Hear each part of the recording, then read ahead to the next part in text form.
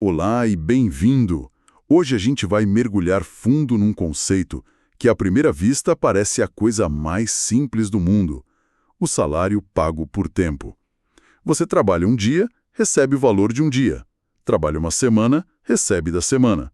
Parece direto, né? Super direto. Só que os materiais que a gente tem aqui, baseados num texto clássico de análise econômica, o capítulo 18, o salário por tempo, mostram que, na real, o buraco é bem mais embaixo. Bem mais embaixo. E a nossa ideia aqui é investigar as dinâmicas complexas que se escondem por trás dessa forma de pagamento que é tão comum. Exatamente. Porque a discussão vai muito além do dinheiro que cai na conta no fim do mês.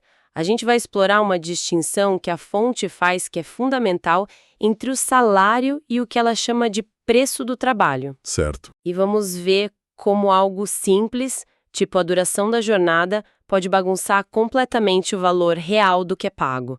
Mesmo que o salário do dia ou da semana pareça ser o mesmo, sabe? É quase um truque de mágica, então. Quase isso. Só que com consequências bem reais para a vida das pessoas. Ok. Então, vamos começar a desembrulhar isso. O texto já começa fazendo uma distinção importante.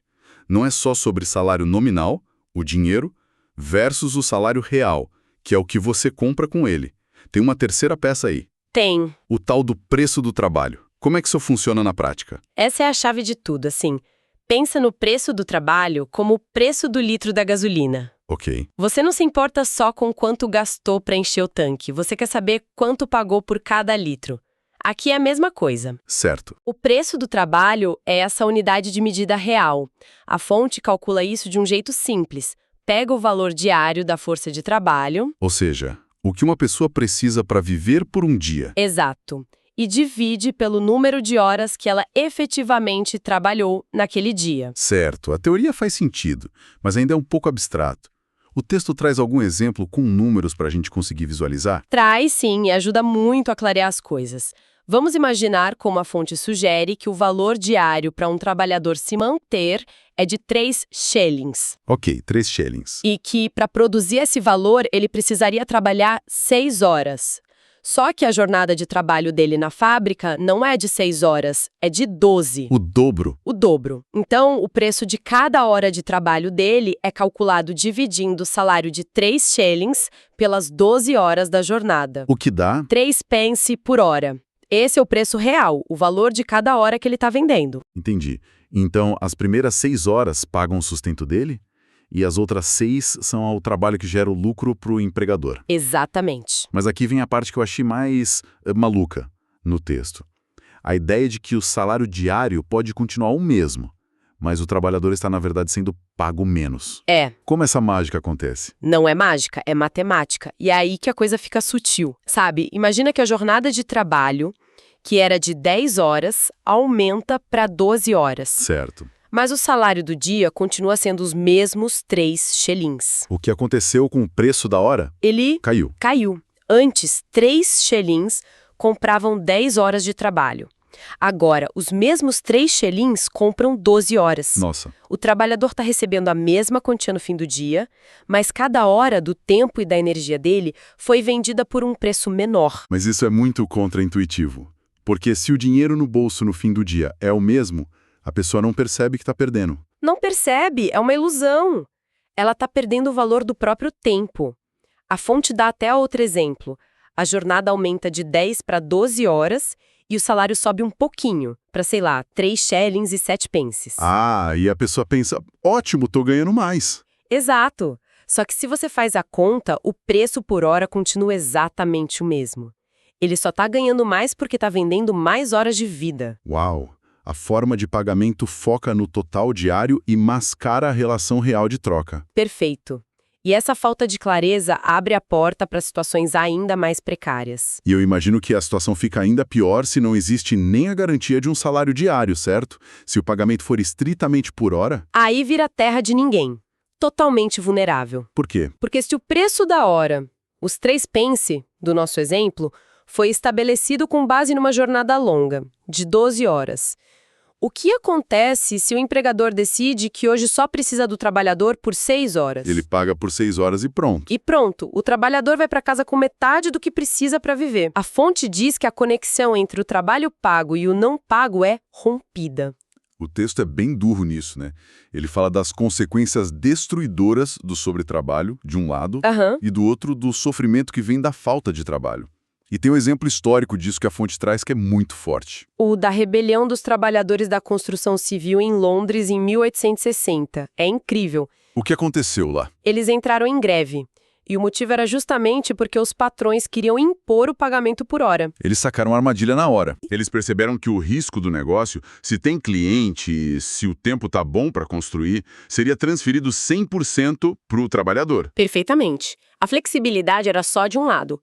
O chefe podia exigir um dia de trabalho brutal de 14, 15 horas quando a demanda estivesse alta. Pagando o preço normal da hora. Exato. E no dia seguinte, simplesmente dizer: hoje não tem trabalho para você. A pessoa ficava sem nenhuma segurança, sem previsibilidade. Nenhuma. A luta deles era para dar um mínimo de estabilidade e valor real ao preço da sua hora. E aqui tem uma parte que me deixou pensando bastante. O texto afirma que, como regra geral, quanto mais longa a jornada de trabalho num setor, mais baixos são os salários. Isso vai contra tudo que a gente costuma pensar, né? A gente tende a associar trabalhar mais com ganhar mais. Pois é um ciclo vicioso e a fonte descreve o mecanismo dele. Primeiro, o preço baixo do trabalho força a pessoa a aceitar uma jornada mais longa. Certo. A pessoa pensa, bom, já que a hora vale pouco, preciso trabalhar muitas horas para levar um dinheiro decente para casa. Isso. Só que aí vem a segunda parte. Esse prolongamento da jornada, em vez de valorizar o trabalho, provoca uma nova queda no preço da hora. Ok, mas por que isso acontece? Por que trabalhar mais faria o preço do trabalho cair? Pela lógica de oferta e demanda, se o empregador está demandando mais horas, o preço não deveria subir. A fonte aponta duas razões principais que invertem essa lógica. A primeira é o aumento da oferta de horas de trabalho. Como assim? Pensa bem, se uma pessoa começa a fazer o trabalho que antes era feito por uma pessoa e mexa ou até duas... A concorrência entre os trabalhadores aumenta. Drasticamente. Mesmo que o número de desempregados seja o mesmo. Ah, entendi. Se um trabalhador aceita fazer uma jornada de 16 horas, ele está efetivamente ocupando o espaço de 2 trabalhadores de 8 horas. É como se ele estivesse inundando o mercado com horas de trabalho. O que naturalmente derruba o preço para todo mundo. Exatamente essa ideia. E a segunda razão é a concorrência entre os próprios capitalistas. Certo. O empregador que consegue extrair mais horas não pagas dos seus funcionários pode vender seu produto mais barato e quebrar a concorrência. E para ilustrar isso, a fonte nos apresenta um exemplo que é quase uma peça de teatro. É ótimo, né? O exemplo dos padeiros de Londres. Eu adorei essa parte. É muito concreta, é muito. Temos 2 grupos. Os padeiros que vendem o pão pelo preço integral, que se acham honestos, e os que vendem mais barato, que eles chamam de undersellers. Exato.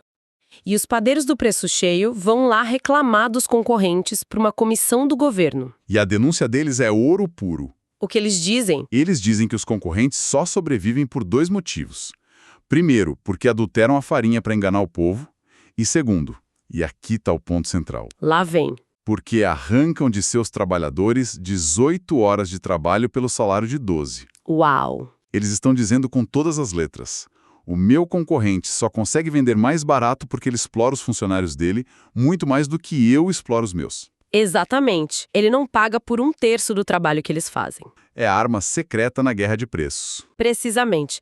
Eles identificam o trabalho não pago como a ferramenta competitiva. Eles dizem que a competição é a causa da dificuldade em acabar com o trabalho noturno. E qual a solução que eles propõem? Que os trabalhadores tivessem o direito de cobrar pelas horas extras. Peraí, isso é inacreditável. Então ele está basicamente dizendo: a exploração só é um problema quando outro cara faz mais do que eu e estraga o meu negócio. É isso. Ele está cego para a própria exploração que ele comete. É uma defesa da exploração justa. a exploração dele. É exatamente esse o ponto culminante da análise. A fonte diz algo como: no cérebro dos capitalistas se reflete apenas a aparência das relações de produção. O que isso quer dizer?